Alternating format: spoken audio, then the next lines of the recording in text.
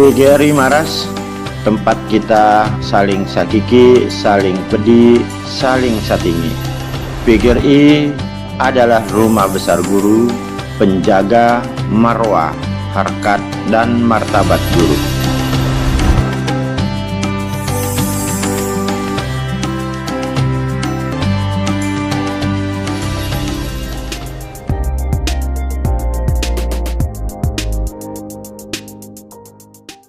Assalamualaikum warahmatullahi wabarakatuh.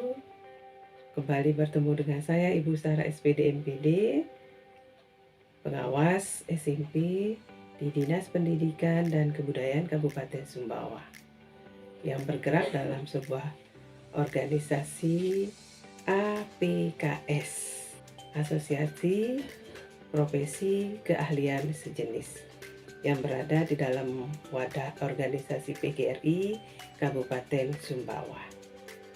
Minggu lalu kita sudah berbicara tentang persiapan guru dalam IKM.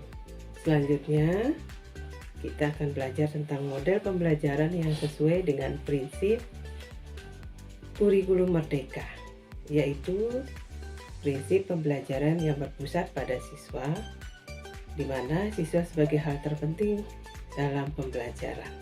Kurikulum merdeka memadatkan guru untuk mengenali, menghargai, dan merespon keragaman para siswanya dengan pembelajaran yang tidak menyeragamkan, atau yang dikenal dengan pembelajaran berdiferensiasi.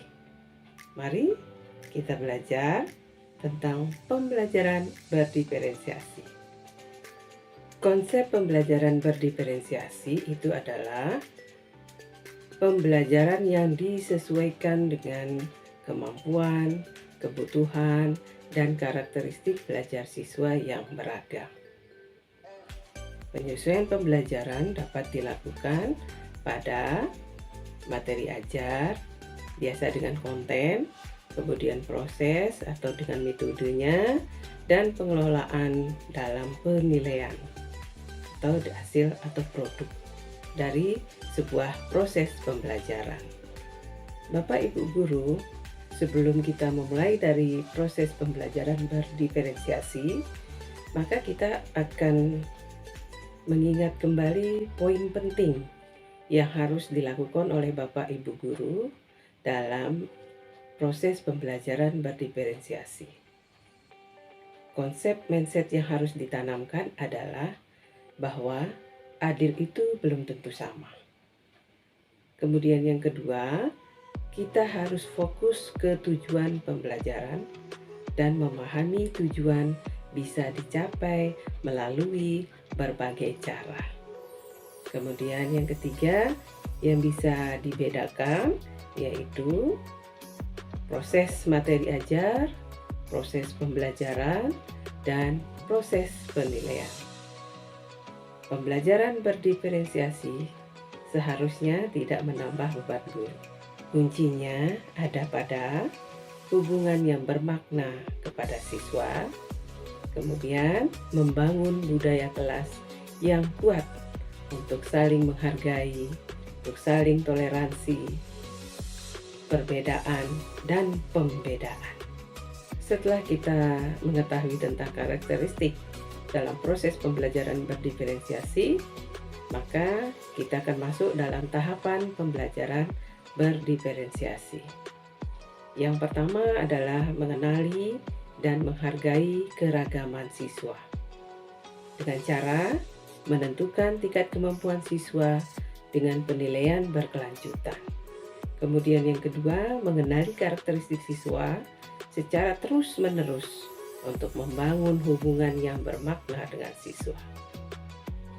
Tahapan yang kedua, merancang dan menerapkan pembelajaran sesuai kemampuan dan kebutuhan siswa.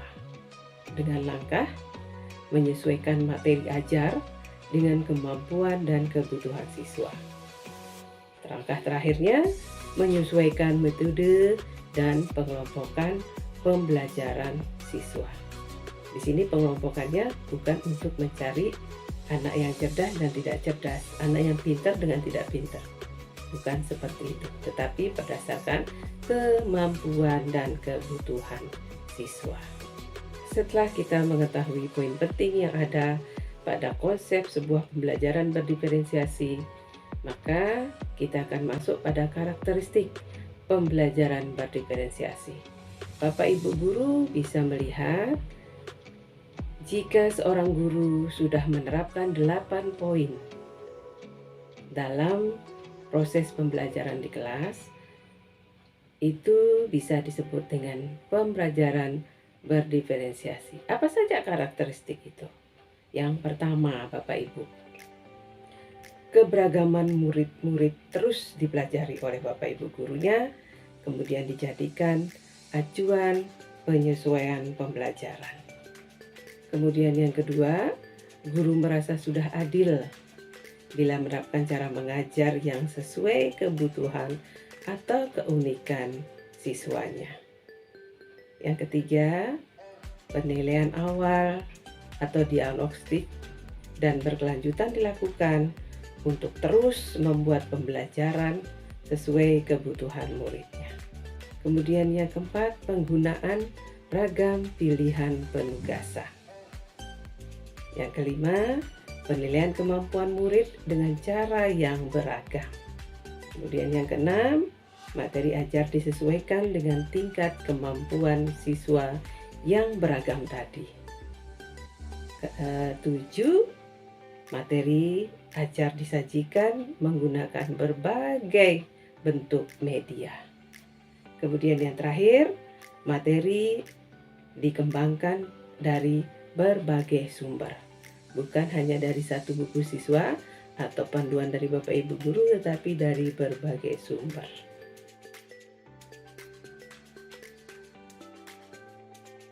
Kita bisa mengambil satu buah contoh pembelajaran berdiferensiasi pada mata pelajaran IPS terkait dengan materi ajar atau kontennya itu bisa dipadukan dari berbagai sumber.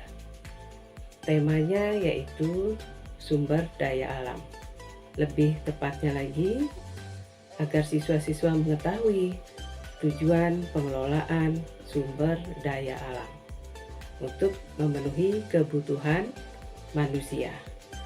Nah, di materi ini Bapak Ibu guru IPS bisa melakukan proses diferensiasi pada konten.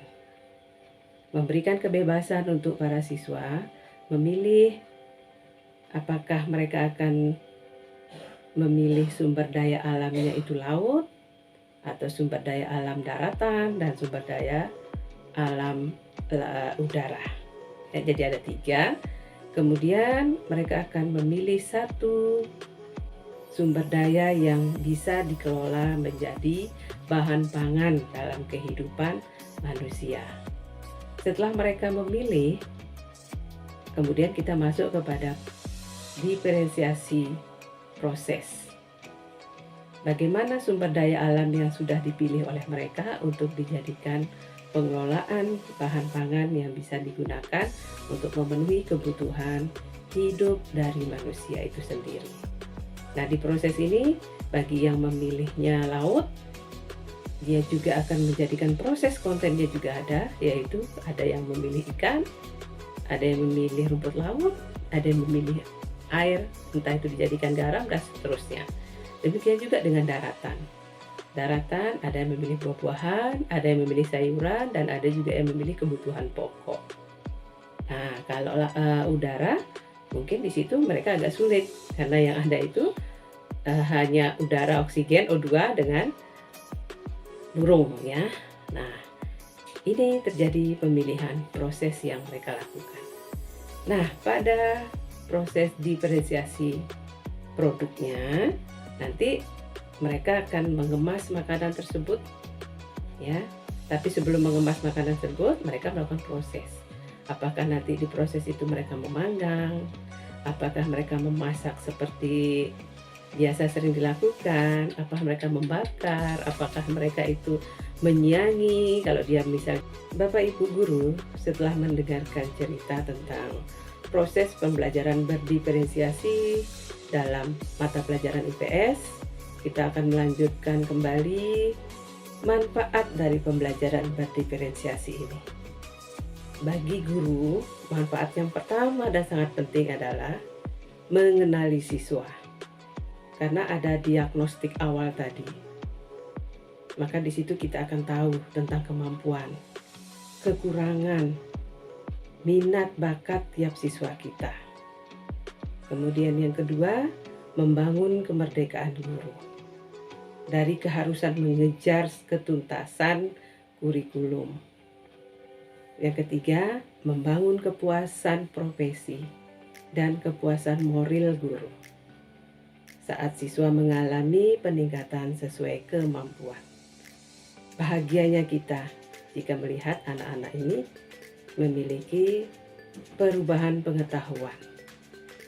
Karena sekali lagi anak-anak itu memiliki kemampuan yang unik. Tidak semua siswa itu menyukai pelajaran IPS. Tidak semua siswa itu menyukai pelajaran matematika. Tidak semua siswa itu memiliki kemampuan dalam bidang olahraga, kesenian. Nah, disinilah kita bisa memadupadankan pengetahuan awal kita, diagnostik awal kita, kepada rekan-rekan sejawat kita dan kita berdiskusi sehingga kita menemukan bakat minat siswa kita. Sedangkan bagi siswa sendiri dalam pembelajaran berdiferensiasi ini sangat bermanfaat. Mereka akan semangat belajar karena dikuatkan oleh gurunya dan kebiasaan belajar yang adil bagi seluruh siswa. Kemudian mereka akan merasakan bahwa belajar itu sebenarnya mudah. Ya. Nah, kemudian yang ketiga, rasa percaya diri anak-anak yang akan meningkat. Lalu bagi orang tua sendiri, maka orang tua akan menyadari anaknya sebenarnya mampu belajar. Sehingga dia akan memahami kebutuhan, kesiapan belajar dan potensi serta keunggulan anaknya. Kemudian memudahkan orang tua untuk menyediakan bantuan belajar di rumah. Termasuk mungkin literasi, buku-buku yang perlu dibaca, ataupun pengetahuan-pengetahuan lainnya yang bisa mensupport anaknya.